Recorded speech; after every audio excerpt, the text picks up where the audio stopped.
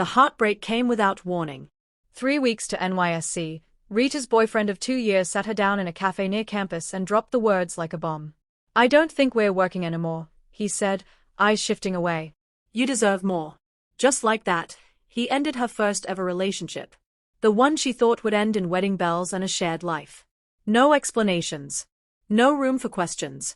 Just a clean break. Rita walked out without saying a word, her heart in pieces. She got into her car, one of her father's SUVs, and drove straight home, eyes burning but dry. Her mother tried to console her. Her father offered to make calls to get her out of Nysc camp completely. With one word, he could get her posted to any office in Abuja or Lagos for her service year. But Rita refused. "I want to go," she said. "Let me feel life for myself." Her father stared at her like he was seeing her for the first time. Then he nodded. And so, a few weeks later, she arrived at the Nysc camp in Barham Estate, dragging her luggage behind her, head held high. Her heartbreak still fresh, but her will stronger.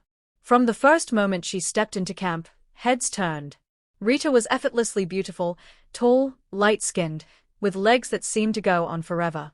Her skin glowed under the sun, her fitted khaki clothes drawing eyes wherever she went. She didn't need to speak. Her presence did the talking. By her first evening, her reputation had already spread. Boys from different platoons tried to talk to her, offering water, helping her find a bunk, asking for her number. But she ignored them all. She wasn't here for cheap attention. This time, she would choose. That evening, at the SAED training, she noticed him. Quiet. Alone. Sitting with a slouch, his eyes glued to his notebook, barely reacting to the speakers. When the training ended, he didn't mingle. Just picked up his bag and walked off like a shadow. At the Mami market later that night, Rita went to buy food. As she stood waiting for her order, she saw him again, same posture, same silence. He sat alone at a corner table, eating and scrolling on his phone. There was something familiar about him. Something that reminded her of how she met her ex. The silence. The mystery. The simplicity. When it was time for him to pay, the POS acted up. He tried again. Then again. Again. The vendor rolled her eyes, getting impatient. People stared. Without thinking twice, Rita walked over, slid her own card into the machine, and tapped. Transaction approved. He looked up in surprise, eyes wide behind his glasses. Thank you, he stammered. "How can I repay you?" "It's fine," she said with a soft smile. "Go ahead." He left, visibly shaken. Rita watched him go, mildly amused. The next day, while she sat alone at Mami pressing her phone, her order yet to come, a tray landed in front of her, filled with food. Jollof, fried plantain, grilled chicken, bottled water, and malt. She looked up to see him standing there, still shy, avoiding her gaze. "Just thought this was a proper way to say thank you," he muttered, then turned and walked back to his usual spot. Rita blinked, then picked up the tray and walked to his table. "What's your name?" she asked, sitting down. He hesitated. Charles." "Rita." Their conversation started stiffly but slowly found its rhythm. He told her about growing up as an only child. How he lost his best friend in a ghastly car accident 2 years ago. How he preferred books to people because he didn't know how to fit in. For the first time in a long while, Rita listened, truly listened, not as a rich girl or a campus star, but as someone who had also known pain. They kept seeing each other. Short talks became longer conversations. She would wait for him after parade, and he would sneak her snacks when she skipped dinner. They began to play, tease, and even laugh, until one night changed everything. Rita sneaked out of her room and tiptoed to his. It was past lights out. He didn't expect her. He opened the door in a vest and shorts, clearly confused. "You're here. I wanted to see you." He let her in nervously. He had just bought a bottle of wine from the Mami market. They shared it from a single cup, whispering, laughing. The night was soft. Their bodies warmer than the air around them. As she stood to leave, he held her hand gently. His voice trembled. "Rita, can I kiss you?" She turned, stared at him, then leaned in and kissed him deeply. He froze, then melted into her. The kiss grew longer, hungrier. Then came another, and another, until clothes began to fall. By the time they were on his bed, he was no longer the quiet, soft-spoken boy from earlier. His hands were firm, his mouth eager. When he entered her, she gasped. His strokes were powerful, rhythmic, hitting deeper with each thrust. She held him tighter. Her voice escaped in quiet moans as her back arched beneath him. When it was over, they lay breathless. He kissed her shoulder and smiled. "I thought you were gentle all round," she teased, still panting. He chuckled, walking her back to her room. She went to bed floating. Not just because of the pleasure, but because something inside her had shifted. She'd promised never to fall again, but Charles was different. He wasn't just a rebound. He felt like home. Rita couldn't sleep that night. Not because she was restless, but because her body still tingled with the memory of his touch. Every moment with Charles was unexpected, his quiet aura, the surprise of his intensity, the gentleness of his voice wrapped around the strength of his body. She hadn't planned this. She didn't even want to fall again. Yet, here she was, thinking of him. Wanting more. The next morning, she caught herself smiling in the mirror while applying lip gloss. The kind of smile that gave her away. The kind of smile a woman wore when her heart had been stirred and her body remembered. They met again that afternoon near the camp clinic. He'd pretended to come for malaria tablets, but she knew it was her he wanted to see. She stood under the mango tree waiting, already knowing he'd show up. "You came," she said, arms folded, trying to look composed. "I couldn't help it," he replied, eyes scanning the ground. Rita chuckled. "You're still shy." "I'm scared." "Of what?" He looked up at her slowly. "It's difficult to catch your pretty gaze." She paused. The words settled between them like a sacred truth. Instead of replying, she took his hand and led him toward the back of the camp clinic, where tall grasses and silence provided shelter. That afternoon, they kissed again, longer, deeper. He held her like he had something to prove. Like he didn't want her to forget what he could make her feel.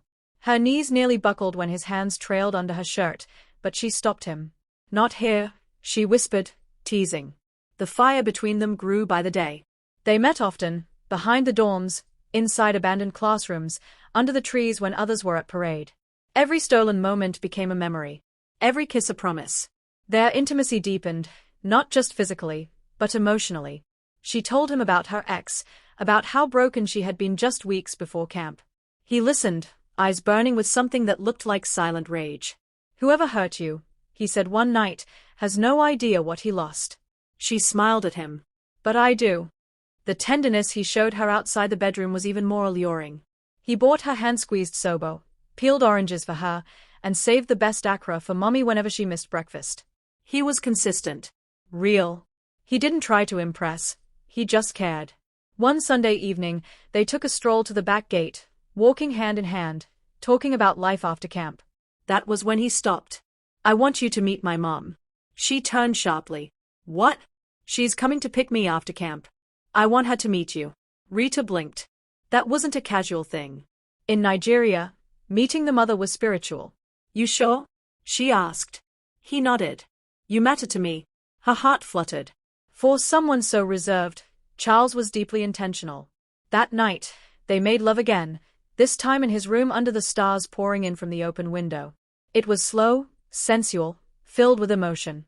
She cried softly afterward, not from sadness, but from disbelief that something so pure could happen in such a raw, unfiltered way. The final day of camp arrived like a cruel thief. Too soon, too sudden. There was laughter and celebration, people exchanging numbers and jerseys. Rita tried to enjoy it, but her heart tightened with every minute. What if she couldn't keep him after this? As they packed their things and headed to the camp exit, she saw a black SUV parked by the gate. A well-dressed woman stood by it. "That's my mom," Charles said. Rita adjusted her cap and walked up with him. The woman eyed her briefly, then smiled, extending a hand. "You must be the one he talks about. Thank you for keeping him alive through camp." They hugged briefly, but as she leaned in, the woman whispered into Rita's ear. "It should end here." Rita froze. She stepped back slowly, face blank. Charles didn't hear. He was already loading his bags. They hugged once more, longer, tighter. "I'll call," he said. She nodded with a soft smile. "I'll wait."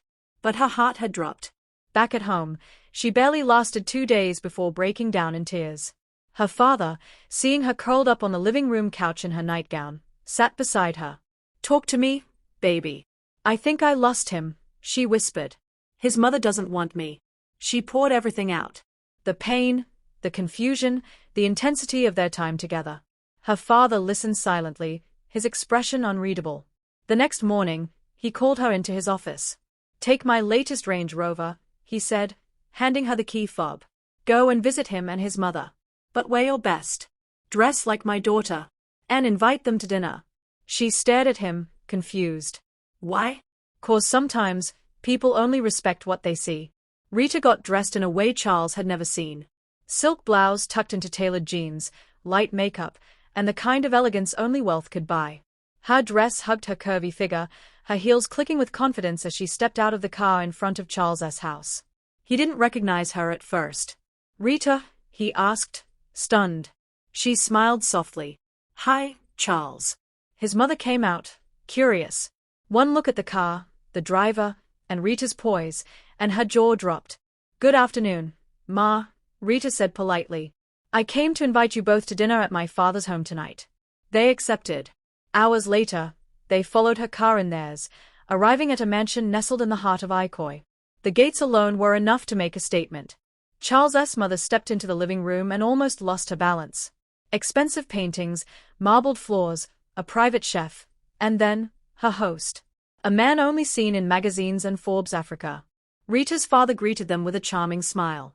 As they ate, Charles stared at Rita in disbelief. "You had all this, and you never said a word?" he asked. She took his hand. "I didn't want you to love me for any of this." He laughed softly. "You might have just trapped my mom forever." They kissed in the garden that night. A kiss full of triumph and love. When they got back to Charles's house, the first thing his mom said was, "You should marry her." "No," Charles teased. "I thought you said she was a poor girl." They laughed. But the proposal was coming. And it would be the beginning of everything. The following week passed like a blur. Charles couldn't take his eyes off Rita.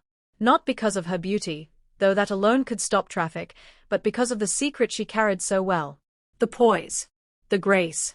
The way she had let herself blend in during Nysc camp when she could have made the entire place revolve around her. He had fallen in love with her when he thought she was just another Corper with a good heart. But now, knowing the truth, he was in awe. She had it all, he whispered to himself one evening, lying on his bed, and she still chose to pay for my food that night.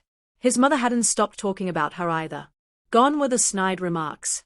Now it was full praise, her manners, her family, her presence. "Charles," his mom said one night over dinner, "you should count yourself lucky. That girl is a rare gem." I was wrong. He didn't gloat. He just smiled. His mind was already racing, thinking about rings, proposals, and a lifetime. 2 days later, he took Rita to a quiet art gallery tucked inside Lekki. The place was empty except for a jazz musician playing softly in the corner and a waiter who handed her a rose on entry. Rita looked around, puzzled. "What's all this?" she asked, clutching his arm. "Just walk with me." They moved through the gallery, pausing at portraits and sculptures. At the end of the hall, a large canvas stood covered. Charles gave the nod. The cloth was pulled down, revealing a beautifully painted image of her in her Nysc uniform, smiling with a Mami market tray in her hand. Rita gasped. And when she turned, Charles was already on one knee, holding out a glittering ring. "Rita," he said, voice trembling, "you walked into my life when I was invisible. You made me feel seen, loved, wanted. You didn't care who I was, and now that you know, you still love me the same. Will you marry me?" Tears filled her eyes as she nodded. "Yes." "Yes." He slipped the ring onto her finger, and the jasmine switched to a romantic melody. They danced slowly in the middle of the gallery, laughing, holding each other close. This was it. This was love. Plans began immediately. Her family wanted something elegant but intimate, while his wanted something traditional and grand. They chose both. A Yoruba traditional engagement in Abadan. A grand church wedding in Lagos. Invitations went out. Vendors were booked. SAED was selected. The wedding hashtag trended even before the date was announced. Then, the blessing came. Charles's father, a seasoned businessman, had sealed a contract with an international construction firm months before, but the deal was in Charles's name for tax and inheritance purposes. It had been delayed for months due to logistics. But the morning after their engagement went public, a notification came in. Transfer $850,000 credited to your corporate account. The deal had landed. Fully. Cleanly. At the perfect time. Charles stood frozen, staring at the screen. He called his father. Dad, what's this? His father laughed. It's yours, son. You signed the documents. Time to become a man. Start your future. He couldn't believe it. He went straight to Rita's house, scooped her into his arms, and spun her around. We're getting the wedding of your dreams, he said breathlessly. No, she teased. The wedding of our dreams. The months leading to the wedding were a whirlwind. They bought a luxurious duplex in Lekki Phase 1. 2 floors, walk-in closets, a backyard pool, and a cinema room. Rita insisted on paying half, and Charles didn't argue. They traveled to Dubai to shop for rings and back to Paris for pre-wedding shoots. The photos flooded social media, her in flowing red gowns, him in classic suits. Love radiated from every frame. Their love story became a tale people whispered about. From a simple act of kindness at Mummy Market to international honeymoons and designer weddings. It sounded like fiction, but it was real. So real. On their wedding day, Charles stood at the altar in a crisp white tuxedo, heart-pounding. The church was full of dignitaries, governors, CEOs, celebrities. But he didn't see any of them. He only saw her. Rita walked down the aisle in a gown fit for royalty, white lace, flowing veil, diamond earrings, and that smile that made the world disappear. When she got to him, he leaned in. You look like sin and salvation wrapped in one, he whispered. She giggled. You better say your vows right. The ceremony was emotional. Both parents wept as they exchanged rings. When the officiant said, "You may now kiss the bride," Charles didn't hesitate. He kissed her like it was the first time, like a Nysc never ended, like they were still under the stars whispering promises. The reception was a movie. Fireworks. Horse-drawn carriage entrance. Banky W performing live. The couple danced like no one else existed, soaked in love and joy. Then, as the final song played, Rita turned to him and said, "Remember what your mom said to me after camp?" He raised a brow. She whispered, "It should end here." Charles laughed hard. Well, she wasn't wrong. They clinked champagne glasses. Because this, he said, holding her close, is only the beginning.